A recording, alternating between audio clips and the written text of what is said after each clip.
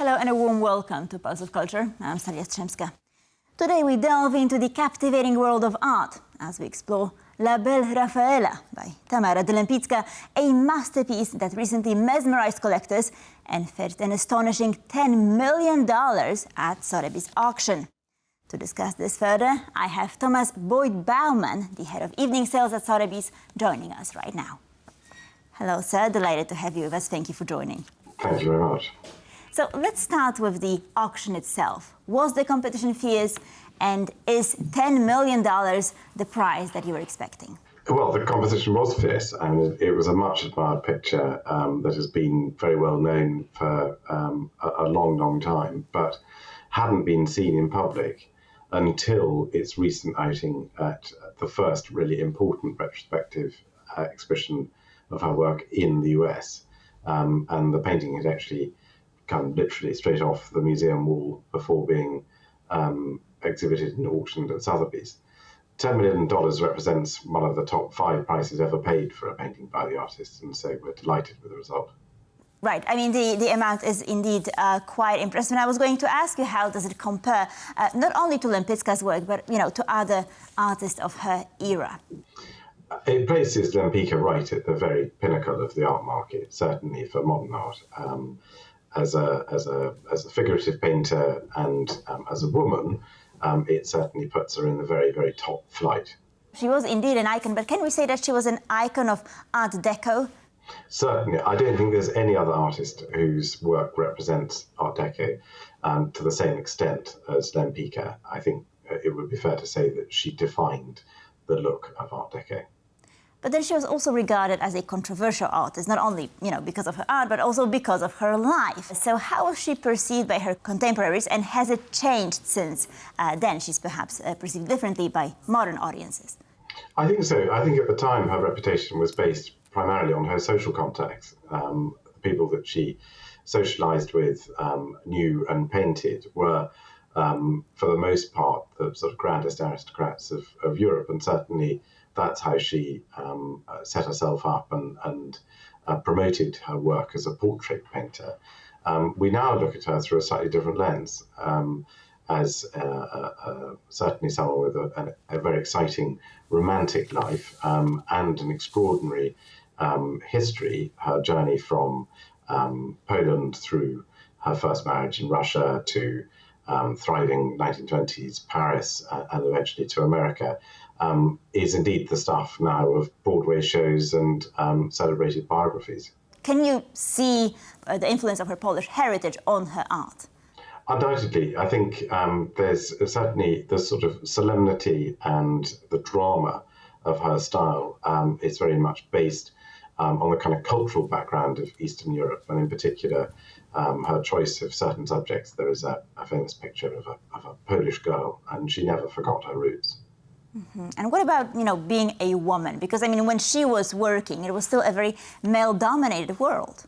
Indeed. It is a particular point to make about how remarkable her career was at the time, and indeed how famous as she is today, that as a woman artist, she faced a very, very stiff competition in her male counterparts. But this didn't seem to affect her ambition or indeed her success. Thomas, so you come across many paintings on a daily basis, and of course you also have to value them, right, at some point. And I was wondering, what does influence the value of a painting? And what contributed to Lempicka's painting, fetching this staggering $10 million? Is it, the craft, or perhaps her persona? Well, it's certainly a combination of all those things. This is a particularly beautiful and impressive example of her work painted at a crucial moment. The model of Rafaela is widely understood to be her most important muse. She sat for a number of nudes at this particular time. And of all of those pictures, this is undoubtedly the most famous, the best known. It's illustrated in every major book on the artist, and it's been in almost every major exhibition. So the task was to find an estimate that could reflect the relative importance of this painting whilst attracting the competitive bidding that we saw last night. This particular painting literally came off a museum wall before it was sold at Sotheby's, and I've heard from different stories about how auction houses go after certain works of art. And I was wondering if you could perhaps tell us a little bit more about how does the process look like? Well, we've cultivated a relationship with the owner of the previous owner, I should say, of this painting for a very, very long time, and as the global awareness and appreciation for Lempicka's art has grown and grown, it became more and more appealing to offer it for sale into such an appreciative market. So it was a combination of both timing and also, as I said, off the back of the exhibition in America, and a very good opportunity to sell the work into a very thriving market. You're saying that the market is thriving right now, and why is that? I mean, well, Lempicka's art, I think, comes to represent both the glamour of the 20s and the excitement of modern art in Europe, but also a reflection of a growing interest in what female artists were doing throughout history. And Lempicka has always been regarded as one of the foremost modernist artists, regardless of her gender. So let's zoom in on collectors for a moment. Who are these people? I mean, have you noticed perhaps a generational change? Are people buying more art these days or less? Are these collectors from Europe or perhaps from other parts of the world? Lempicka's market is global. She's collected by people in Europe, people in America, and in fact, we have interest from Asia and throughout. I think she's an internationally regarded artist and one whose market has sort of steadily grown over the last few years. But she did experience a particular boost in her fame in the 1970s. She was discovered by a lot of Hollywood actors, and I can't name names without revealing things, but they set about a particular trend for collecting Lempicka.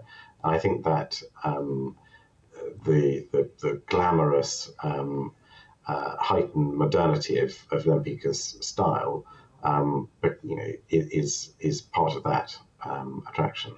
And so what is so particular about her art? I mean, is it sort of, easy to perhaps comprehend or easy to appreciate because it's, simply, I mean, the aesthetics, right, are so captivating, and it's, I believe, sort of easy to understand for a lot of people, right? It's not the kind of art that you have to look at for a long while in order to learn to appreciate it, or perhaps there's something else.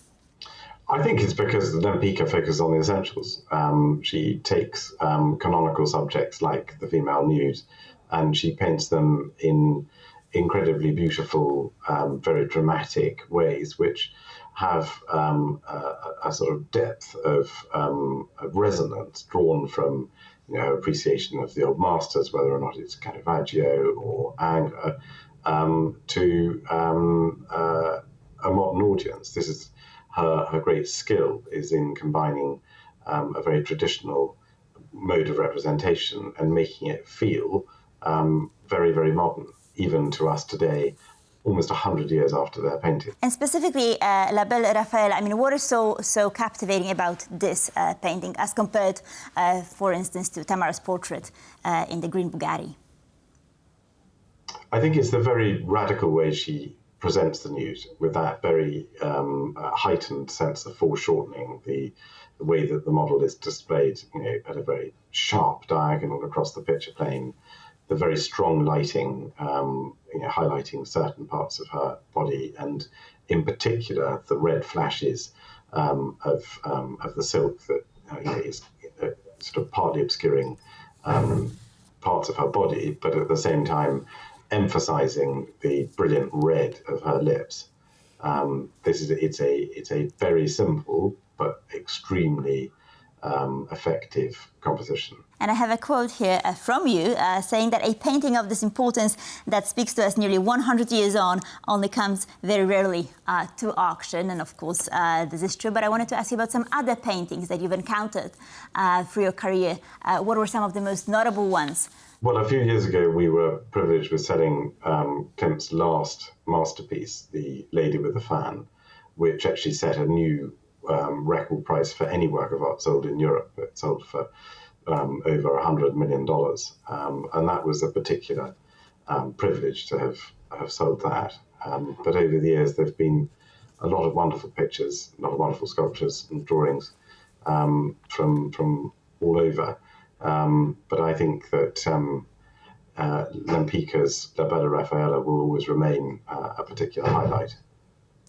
Absolutely, but 10 million compared to 100 million, of course, this is a completely different number. So what contributes to, certain artworks being more valued than others? Are some artists in fashion, let's say?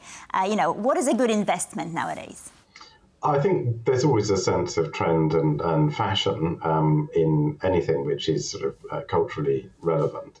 But that's where value becomes more determinable when an artist or their work can transcend generational interests or cultural ones, and certainly geographic. So Klimt's a great example of an artist who is world famous, hugely admired by every generation, is consistently accorded major exhibitions at the most important museums across the world. And because he produced relatively few pictures during the course of his life, they are incredibly hard to find if you wanted to buy them as a private collector. So all of which combines to create a huge amount of demand when something like that does come to auction and drives the value. The rarity, of course, is one thing, but what about sort of gender? Is there a gender gap when we look at different artists?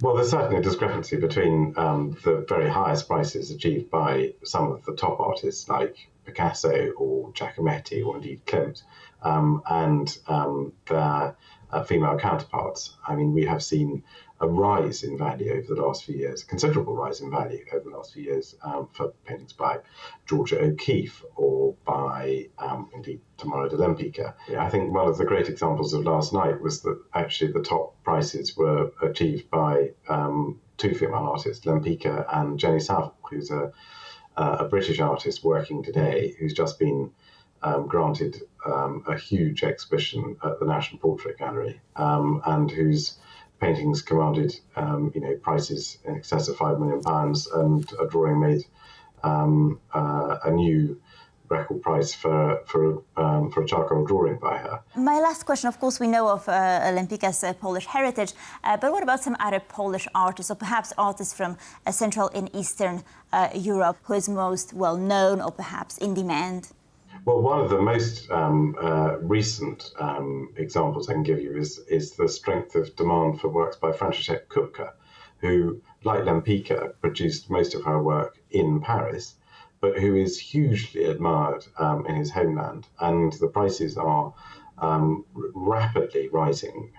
We've achieved record prices at Sotheby's in the last few years in sales in London and in New York. And what's interesting is that it's not just Czech and Eastern European collectors seeking his art who are driving the prices. It is the fact that they have to compete with American collectors and other European collectors. So it's the globalization of demand for certain artists, regardless of their roots, which creates the most exciting rise in value at auction.